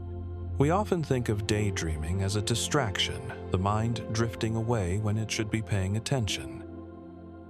A teacher notices the faraway look in a student's eyes. A worker stares out the window instead of at their task. We call it losing focus. But neuroscience has revealed a surprising truth. Daydreaming is not a waste of time. It is a fertile ground where creativity blooms, a place where wandering thoughts often spark insights your focused mind cannot reach. When your mind drifts, a special network in the brain comes alive. The default mode network, or DMN. This set of regions, spread across the frontal and parietal lobes, activates when you are not focused on the outside world. It hums when you imagine the future, recall memories, or spin stories in your head. Far from being idle, the DMN is a workshop where the brain rearranges ideas, linking fragments that would never meet in the rigid corridors of focus. History is full of moments when daydreaming led to breakthroughs. Albert Einstein spoke of visualizing himself riding alongside a beam of light, an imaginative daydream that helped him reshape physics. Writers often find ideas arriving not at the desk, but while walking or gazing into space. Musicians hear melodies drift in when they are relaxed and unfocused. This is the paradox. The less tightly you grasp for an idea, the more likely it is to come. Psychologists call this the incubation effect. When you struggle with a problem, intense focus can trap you in familiar patterns. But when you let the mind wander, hidden connections emerge. A break, a walk, or even staring at the clouds gives the subconscious room to explore. Later, when you return to the task, the solution may seem to appear suddenly, as if out of nowhere. In truth, it was forming quietly in the background, nurtured by daydreaming. There is also evidence that daydreaming strengthens imagination itself. Studies show that people who engage in frequent, intentional mind wandering often score higher on measures of creative thinking. Their brains seem more comfortable with shifting between ideas, less bound by conventional tracks. Daydreaming may serve as mental play a rehearsal space where the mind experiments freely without judgment. Of course, not all daydreaming is equal. Some is repetitive, circling around worries or regrets. But other forms are expansive, weaving together distant memories, imagined futures, and fantastical possibilities. It is this exploratory kind of mind-wandering that fuels creativity. Just as children learn through play, adults may innovate through daydreams. There's a timeless rhythm here. Focus and daydreaming are partners. Focus allows us to refine and test. Daydreaming allows us to imagine and combine. Together, they create the cycle of creativity, structured effort interwoven with drifting thought. To deny either is to limit the mind's potential. Neuroscientists have even found that alternating between focused attention networks and the default mode network strengthens problem solving. It's as if the brain needs both the precision of a spotlight and the breadth of a lantern. Daydreaming is that lantern, casting wide beams into unexpected corners, illuminating paths we didn't know were there. So, the next time your thoughts drift away during a quiet afternoon, don't rush to pull them back. Let them wander. Let them explore hidden landscapes of memory and imagination. You may find that what feels like idleness is actually the mind's way of connecting dots that would never meet in straight lines. Daydreaming is not escape, it is exploration. It is the soft, wandering river that flows beneath the surface of consciousness, carrying fragments of experience toward new shores. And when you return, you may discover that it has gifted you something rare, an insight, an idea, a spark of creativity born not from force, but from freedom. Each night, as you drift into sleep, your mind becomes a storyteller. It weaves landscapes that shift and dissolve, characters that appear from nowhere, and events that break every law of time and physics. In dreams, you may fly above mountains, speak with people long gone, or wander through rooms you've never seen yet somehow know. But in the quiet light of morning, most of these vivid adventures vanish. Within minutes, they fade like mist in sunlight. You forget nearly all of them. Why is it that dreams, so real and powerful while they happen, dissolve so quickly after waking? Neuroscience suggests the answer lies in how memory works. When you are awake, experiences are processed through the hippocampus, a brain structure essential for transferring short-term impressions into long-term memory. But during REM sleep, the stage where vivid dreaming occurs, the hippocampus is less active. The brain is busy generating images and emotions, but it is not storing them in the same way it would waking events. The result is a fleeting experience, intense but fragile, slipping away unless captured immediately. This is why dream researchers encourage keeping a journal by the bed. Writing down even fragments upon waking dramatically increases recall. A dream that would otherwise vanish can be preserved, and over time, the practice can train the brain to retain more detail. Without such efforts, however, most dreams evaporate within the first 5 to 10 minutes after waking. By breakfast, they are gone. The fragility of dream memory may serve a purpose. Imagine if you remembered every dream as vividly as real life. Your mind would be flooded with competing timelines, waking reality, and nightly fictions mingling until the boundary blurred. Forgetting most dreams may be a kind of housekeeping, protecting the integrity of waking memory. The brain allows you to experience dreams fully, but then clears them away to keep the narrative of your life coherent. Still, traces remain. Sometimes a dream lingers as a mood, a strange unease, a flash of joy, a faint sadness that colors the morning without a clear cause. Other times, a fragment clings. A face, a place, a single surreal event. These echoes remind us that forgetting is not total. The emotional imprint may outlast the details, leaving us with feelings that seem unmoored from reason. There are exceptions. Traumatic or highly emotional dreams can be remembered more vividly. So can lucid dreams, where awareness gives the mind a stronger grip on memory. And occasionally, without effort, a dream may etch itself into long-term recall, replayed years later with surprising clarity. But these are the exceptions. The rule is forgetting. Philosophers and artists have long reflected on this vanishing act. Ancient cultures viewed dreams as messages from the divine, fleeting glimpses of another world. Modern poets describe them as the literature of the night. a stream of stories that vanish as quickly as they arrive. The impermanence of dreams is part of their beauty. Like smoke or starlight, they are not meant to be held, only witnessed. And yet, by forgetting most dreams, the mind also leaves space for mystery. What strange worlds have you wandered that you will never recall?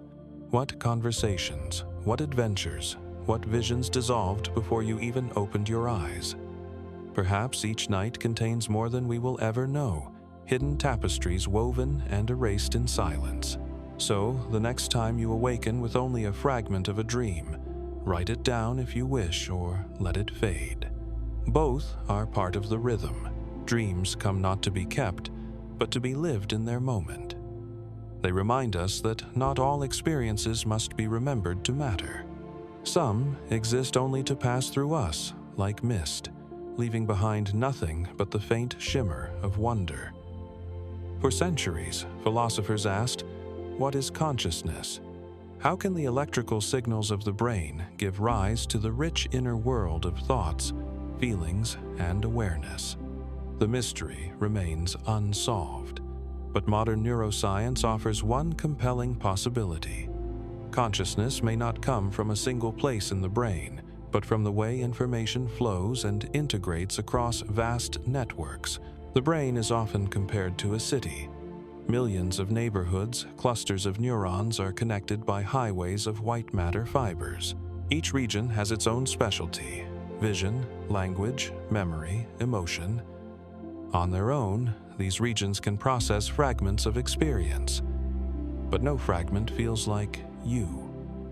According to one leading idea, it is only when these regions communicate and share information, when the city lights up as a whole, that awareness arises. This is the basis of the Integrated Information Theory, IIT, proposed by neuroscientist Giulio Tononi. The theory suggests that consciousness depends on both differentiation and integration. Differentiation means the brain can generate a wide variety of possible states, an enormous vocabulary of experiences. Integration means these states are woven together into a single tapestry. Too little differentiation, and the system is dull and uniform. Too little integration, and the system fragments into isolated parts. Only when both are present does a unified, rich consciousness appear. Supporting evidence comes from studies of brain activity under different states. During wakefulness, networks across the cortex show high levels of complexity and coordination. Under deep sleep, anesthesia, or coma, this complexity drops. The brain still fires, but activity becomes repetitive, less integrated, less dynamic. It is as if the orchestra still plays, but the music is flat and predictable. Consciousness, it seems, requires a balance of diversity and harmony. Other theories emphasize global broadcasting. According to the global workspace theory, information becomes conscious when it is made available to many brain systems at once. Just as a message on a public screen can be read by all parts of a city, conscious information is broadcast widely across the brain, allowing perception, memory, and decision-making to align. What begins as a local event, a flash of light, a sound, a thought becomes conscious only when it enters this global stage. Experiments with brain imaging support these ideas. When people become aware of a stimulus, distant regions of the brain suddenly synchronize. Signals leap across hemispheres, linking sensory areas with attention and memory networks. Awareness appears to be less about a single spark and more about a web of connections igniting at once. This view also explains why consciousness feels unified. Even though your brain has countless subsystems for vision, hearing, touch, balance, language, and more, you don't experience them separately. You don't see shapes without color or hear words without meaning. Instead, all the streams merge into a single river of awareness. That merging, scientists suggest, is what consciousness island. Yet profound questions remain. Why should integration feel like anything at all? Why should coordinated signals produce the vivid sensation of being? This is the so-called hard problem of consciousness, a mystery that still puzzles both philosophers and neuroscientists. Perhaps awareness is a fundamental property of matter, or perhaps it is an emergent phenomenon, arising only when complexity reaches a critical threshold. Whatever the answer, the network view of consciousness offers a striking perspective. It suggests that awareness is not located in one spot, not hidden in a single cell or region, but spread across the entire architecture of the brain. You are not a flame burning in one corner. You are the whole pattern of light dancing across the city of neurons. So, when you pause to reflect, remember, your consciousness may be the song of networks, the harmony of countless parts working together. It is not the work of a single note, but the symphony of integration, a reminder that what feels like you is the living music of the brain. When you wake in the morning, you feel like the same person who fell asleep the night before. You remember your name, your past, your identity. There is a continuous thread of I that seems to stretch unbroken through every moment of your life.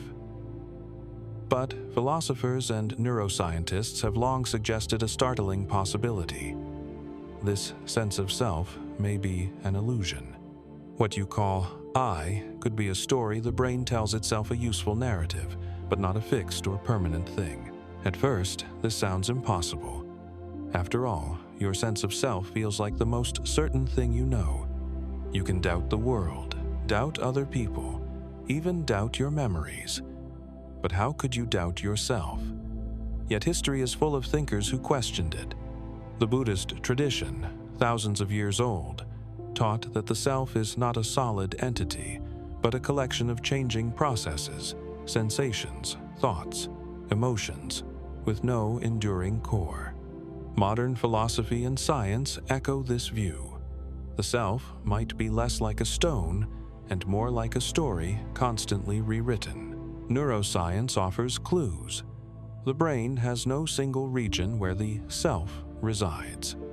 Instead, identity is assembled from networks spread across the cortex. One part processes memories, another monitors the body, another generates inner speech, another evaluates emotions. These fragments are stitched together into the experience of a continuous self. But the stitching is fragile.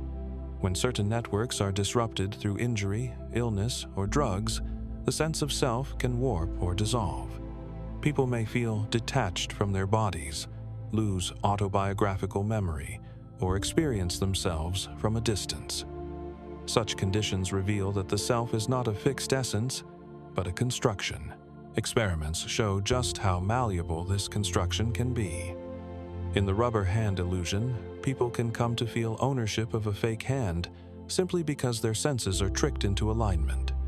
In virtual reality, people can feel as though they inhabit entirely different bodies. These shifts suggest that even the boundary between me and not me is negotiable, dependent on signals the brain weaves together in real time. Philosophers like Daniel Dennett describe the self as a center of narrative gravity. Just as a story has a protagonist, your mind casts you as the central character of its ongoing tale. Memories are organized around this character. Plans for the future are framed as actions the character will take.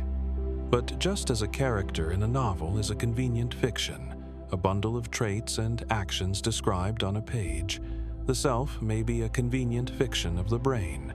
This doesn't mean you don't exist. It means your existence is not the solid, permanent I it feels like. Instead, you are a process, constantly changing, constantly reconstructed. The you of today is not the same as the you of childhood, and yet the brain weaves continuity between them. Like a river that is never the same water twice, you flow forward, appearing stable only because the current is continuous. Some find this idea unsettling. If the self is an illusion, then who am I? But others find it liberating. If the self is a story, then it is not bound to a rigid script. It can be revised, reinterpreted, retold. You are not trapped by a permanent essence. You are a work in progress. So the next time you reflect on who you are, remember, the self you feel so strongly may not be a fixed object at all. It may be the brain's most elegant invention, a narrative woven from countless threads of memory, sensation, and imagination. A story told so smoothly, so convincingly, that you forget it is a story at all. And perhaps that is the deepest illusion, that the I behind your eyes is solid, when in truth it is as fluid and fleeting as thought itself. Most of the time, seconds pass unnoticed. A minute feels like a minute, an hour like an hour. But in rare, intense moments, a sudden fall, a near accident, a brush with danger time seems to change its pace. Seconds stretch into what feels like minutes. Every detail sharpens, every movement slows, as though the world itself has shifted into slow motion.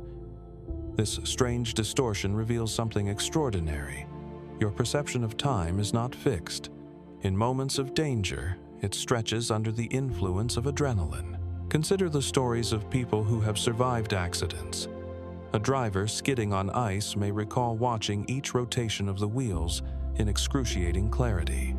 A climber who slipped from a rock face may describe noticing individual pebbles tumbling beside them. Soldiers, athletes, and first responders often speak of time slowing down during crises. To them, the event seemed to unfold frame by frame, even though in clock time it lasted only seconds. Neuroscience suggests this effect comes from the body's fight or flight response. When danger is detected, the brain floods the body with stress hormones like adrenaline and norepinephrine. Heart rate spikes, breathing quickens, and senses sharpen. In this heightened state, the amygdala, the brain's emotional alarm center, becomes highly active, tagging the experience as critical for survival.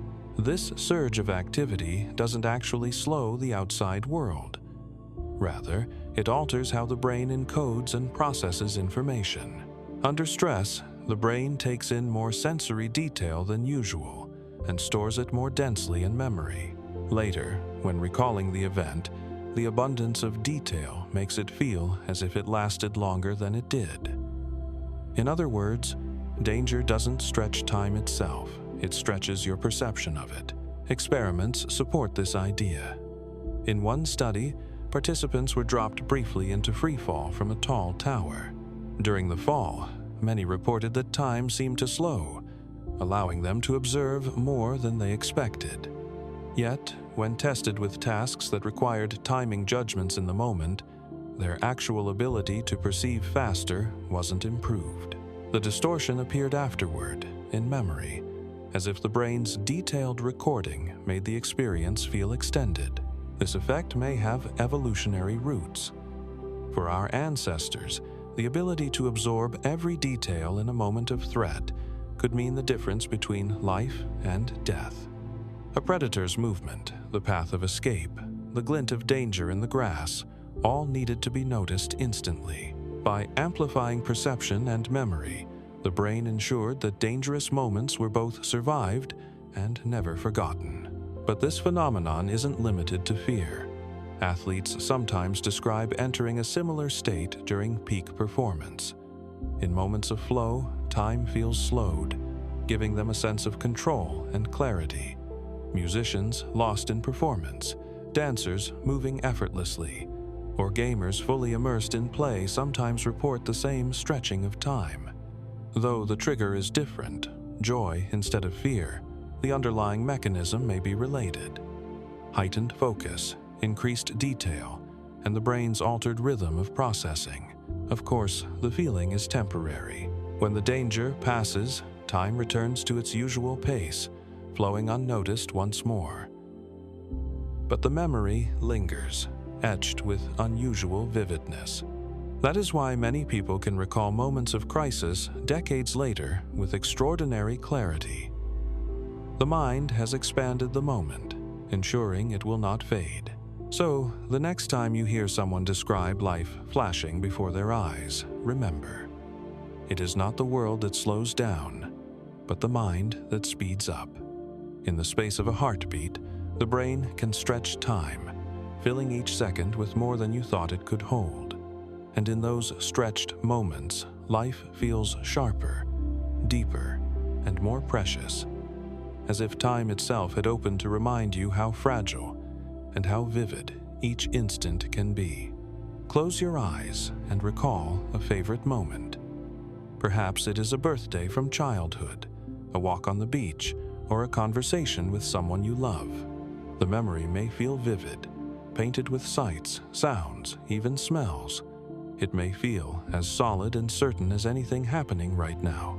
But here lies a profound mystery. Not all memories that feel real are true. False memories, events that never happened or happened differently than we recall, can carry the same vividness as genuine ones. For most of history, memory was thought of as a kind of mental recording device. The brain, it seemed, must store experiences like film reels, ready to be played back exactly as they occurred. But modern neuroscience paints a different picture. Memory is not a static archive. It is reconstructive.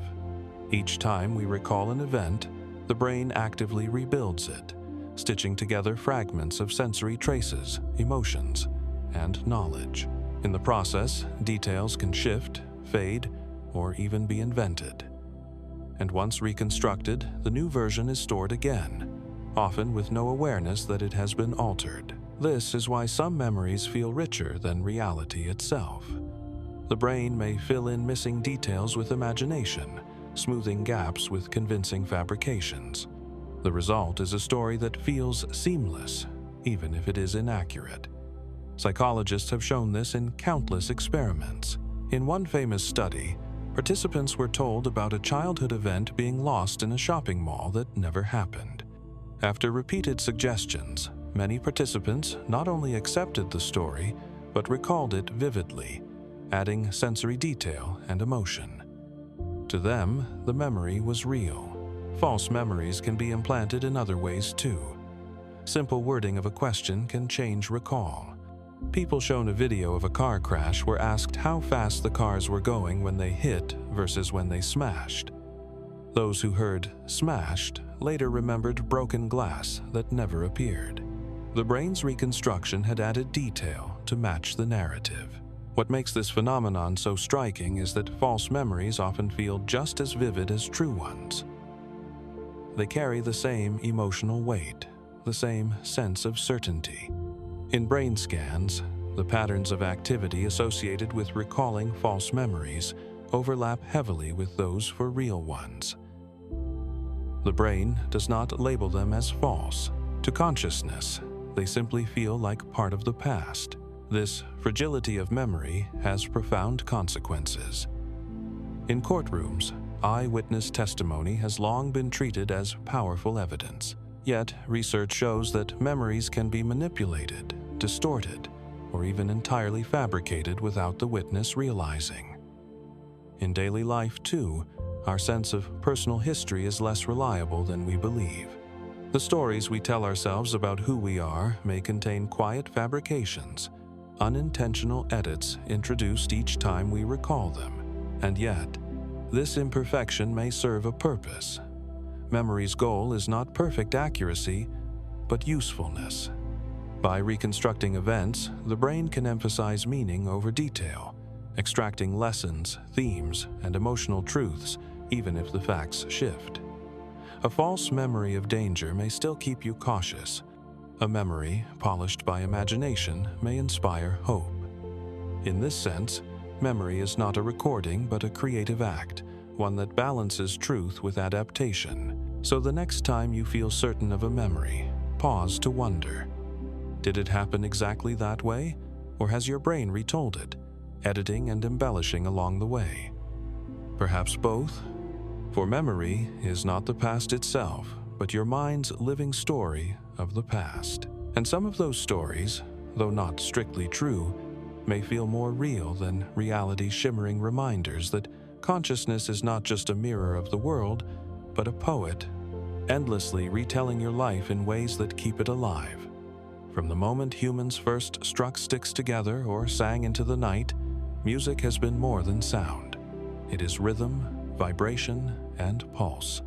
It is something we feel in our bodies as much as we hear in our ears.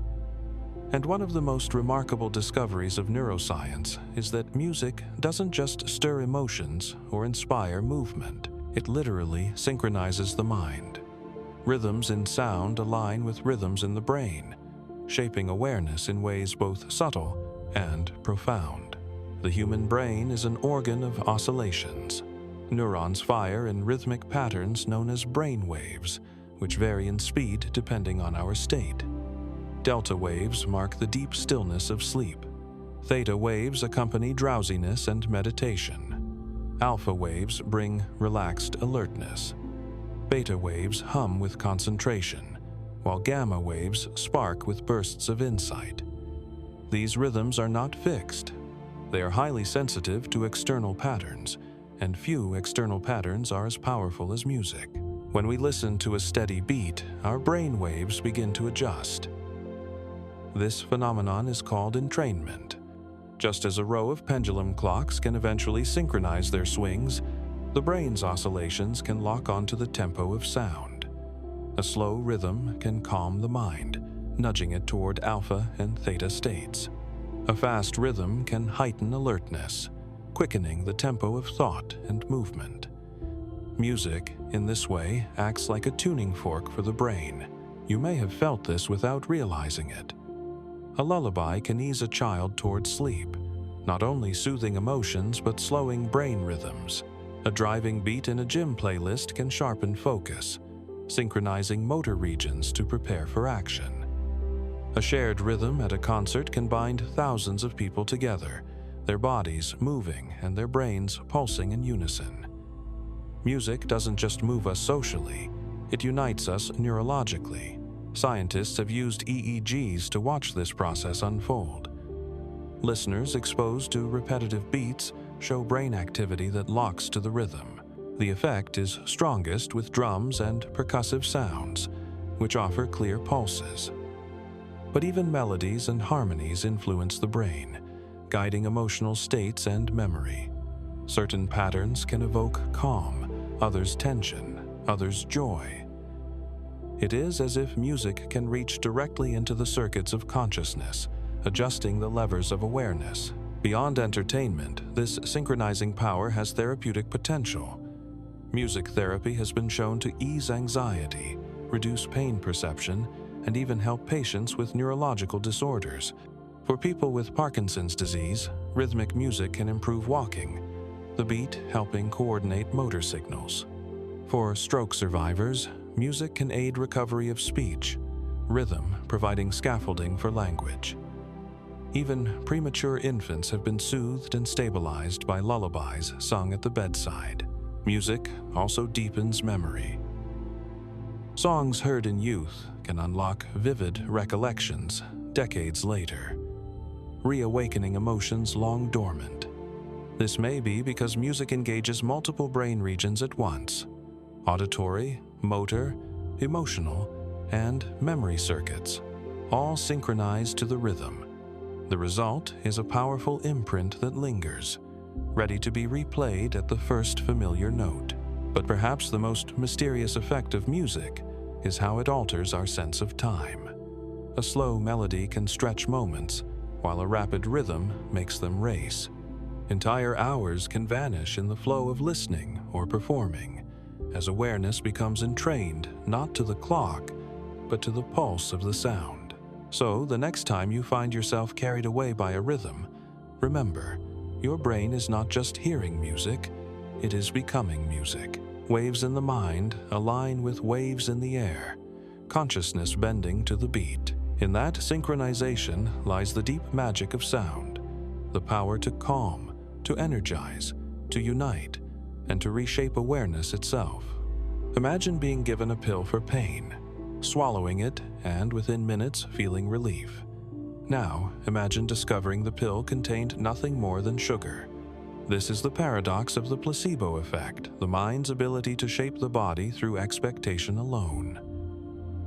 It is one of the most mysterious and powerful demonstrations of how belief and biology intertwine. The placebo effect is not mere imagination. It produces real, measurable changes in the body. When patients believe they are receiving medicine, their brains release endorphins, natural chemicals that reduce pain. In some cases, dopamine levels rise, improving mood and even motor function. These changes can be detected with brain imaging and blood tests. Belief alone triggers cascades of chemistry that mimic genuine treatment. The scope of this effect is wide. Placebos have been shown to reduce pain, ease depression, calm anxiety, and even improve symptoms of Parkinson's disease. In one striking study, patients given an inert pill but told it was a powerful painkiller showed brain activity similar to those who had received morphine. Another study found that people with irritable bowel syndrome reported relief after taking placebo pills, even when told explicitly that the pills contained no active ingredient. Somehow, expectation itself carried healing power. How does this happen? Neuroscientists suggest that the brain is not a passive receiver of sensation, but a prediction machine. It constantly anticipates what the body will feel, then shapes perception accordingly. If you believe pain will decrease, the brain adjusts its signals downward, altering how discomfort is experienced.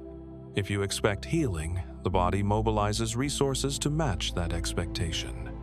In this way, the placebo effect is less trickery and more a demonstration of how perception and biology are deeply entangled. The effect also reveals the role of ritual and context. A pill in a plain envelope may have little impact, while one in a shiny package, given by a doctor in a white coat, may have profound effects. The color, shape, and presentation of a treatment influence its power. Red pills tend to energize, blue pills calm. Injections often work better than pills, and surgeries, even sham surgeries, sometimes outperform medication. Healing, it seems, is not just in the substance, but in the story that surrounds it. There is even a darker counterpart, the nocebo effect, where negative expectations produce harmful outcomes. A patient warned of side effects may develop them, even when taking a harmless pill. Belief, in this case, reshapes the body toward illness rather than healing. Both placebo and nocebo remind us that the mind is not separate from the body.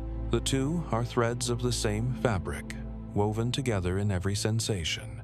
For centuries, healers, shamans, and physicians relied on this interplay, often without realizing it. The words of reassurance, the ritual of treatment, the trust in a healer, all amplified the body's own capacity to heal. Modern science, with its emphasis on measurable chemistry, sometimes forgets this. Yet, the placebo effect stands as a reminder that meaning, belief, and expectation are not secondary. They are part of the medicine. Of course, placebos are not cures for everything. They cannot shrink tumors or fight infections on their own, but they show that the brain holds remarkable influence over how the body feels and responds. In many conditions, the story we believe shapes the reality we live.